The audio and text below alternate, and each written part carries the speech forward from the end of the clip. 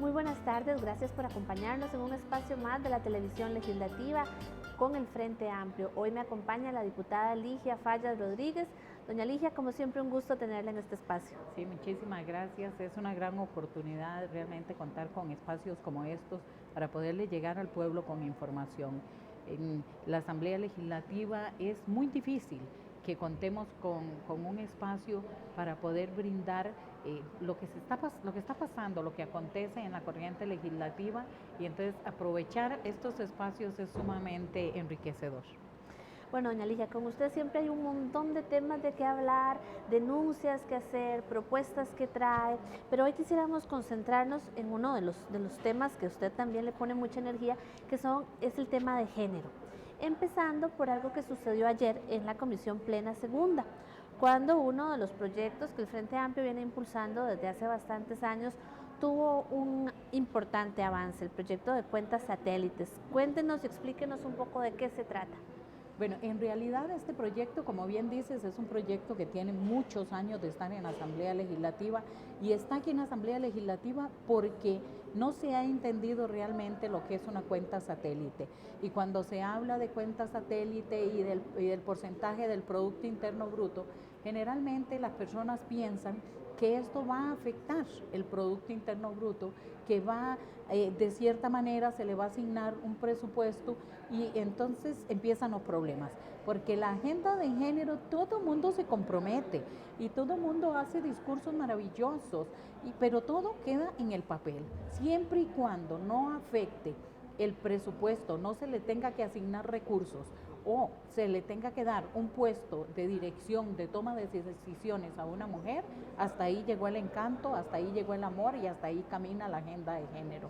El problema que hemos tenido con cuentas satélites es esa, que las personas piensan que cuando decimos que vamos a ver cuánto se refleja el trabajo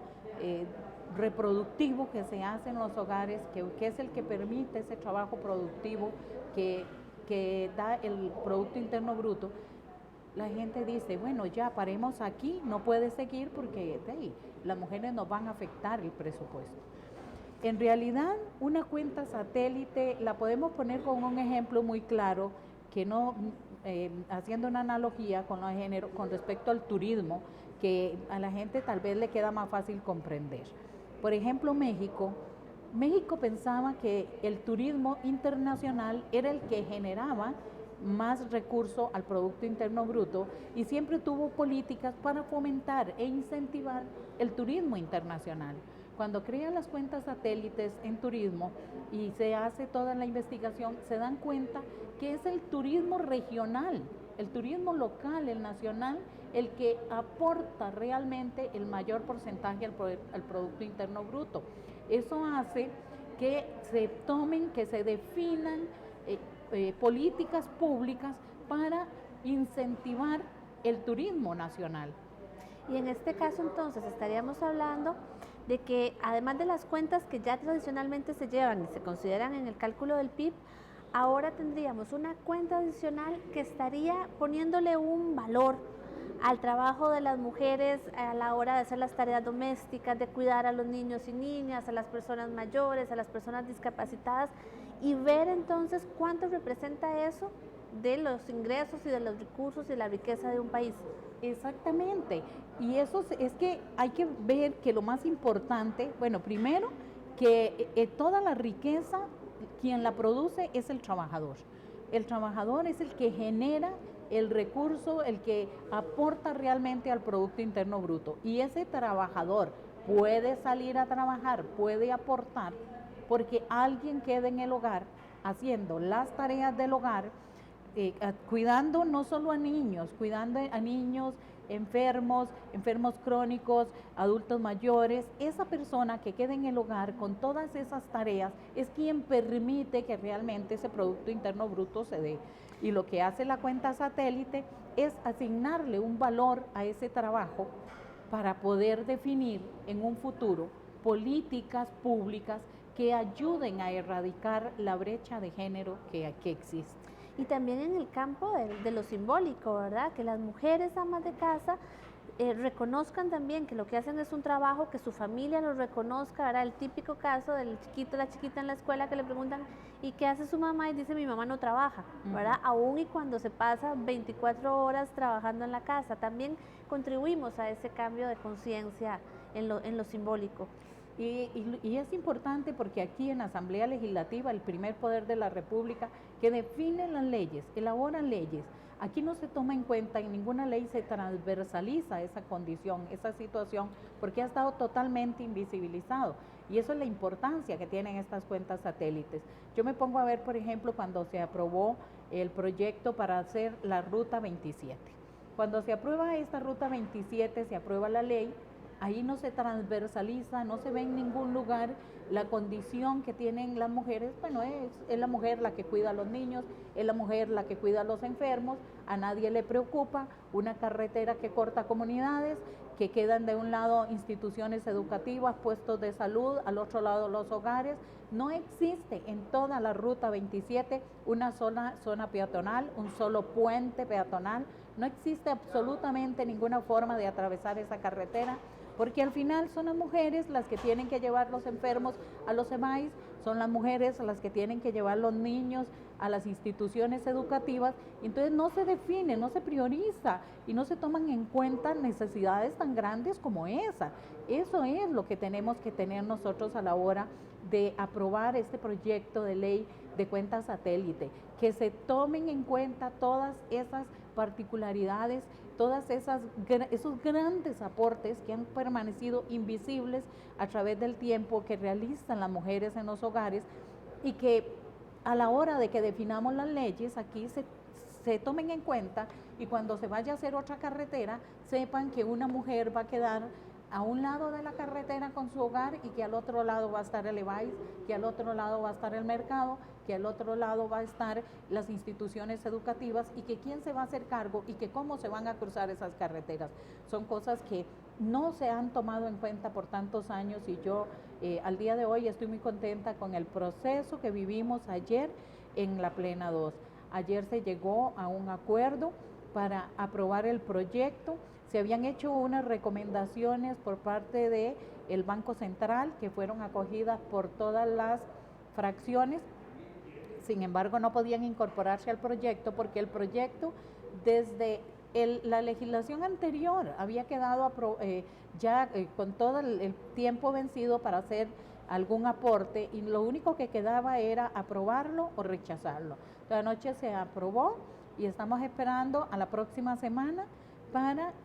retrotraerlo otra vez a comisión e incorporarle las recomendaciones que nos hace el Banco Central. Y esperando que muy pronto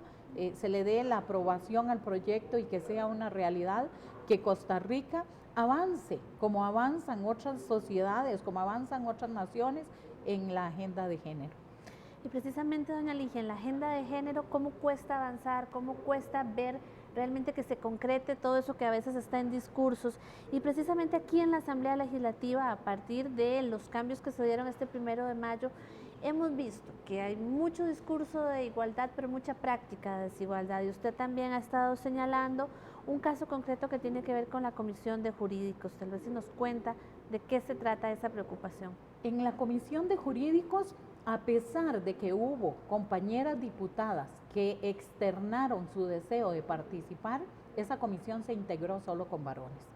Y ese problema lo hemos tenido en otras comisiones, pero en esta específicamente las compañeras diputadas de varias fracciones externaron su deseo de estar ahí y el directorio no las incluyó. Presentamos un recurso en la sala por esta situación, por esta desigualdad y que además es una violación al marco legal de este país que ya tiene definida la paridad de género y que no se aplica. Ni siquiera estábamos pidiendo que la comisión tuviera paridad, simplemente que se diera espacio a esas compañeras que habían solicitado la inclusión y que no se les permitió. Este recurso fue acogido por la sala y la señora ministra de la Condición de la Mujer, Alejandra Mora, presentó una coadyuvancia. Hoy nos hizo llegar una copia de la coadyuvancia que presentó a ese recurso que tenemos en la sala y esperamos que la sala se pronuncie pronto porque no puede ser que esto se esté dando. Tenemos otra compañera que también del movimiento libertario que ha externado su deseo de estar en la Comisión de la Mujer, que estuvo el año pasado en la Comisión de la Mujer, que teniendo solo 5 fracciones, mujeres integradas, mujeres en las fracciones diputadas, esas 5 fracciones, y hay 5 puestos en la Comisión de la Mujer, y que haya una fracción que no se le permita el ingreso a esa mujer porque, bueno, su jefe de fracción con una actitud totalmente patriarcal excluye a la compañera, pero además de eso,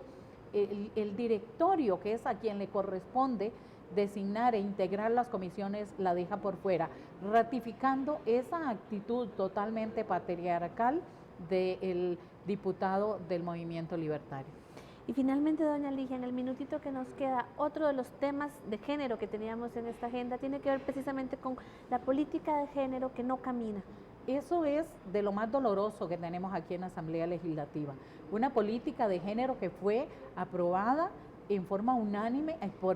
cuando estábamos en el gobierno anterior,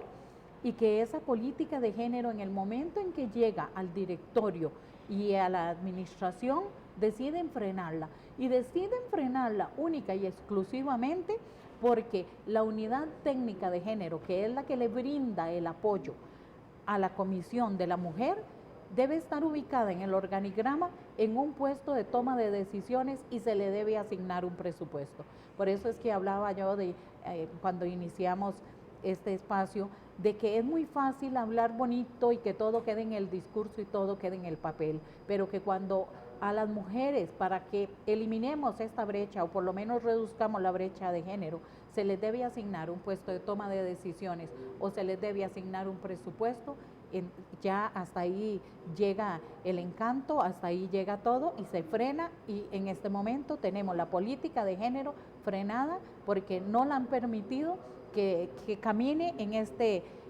gobierno actual. El directorio del año pasado y este directorio han tenido la política de género frenada, al igual que la administración de la Asamblea. Bueno, doña Ligia, otro de los grandes retos en esta Asamblea Legislativa, otro de los grandes retos para usted como diputada, que entre tantas luchas defiende también las causas de género y las luchas de las mujeres. Muchas gracias por acompañarnos.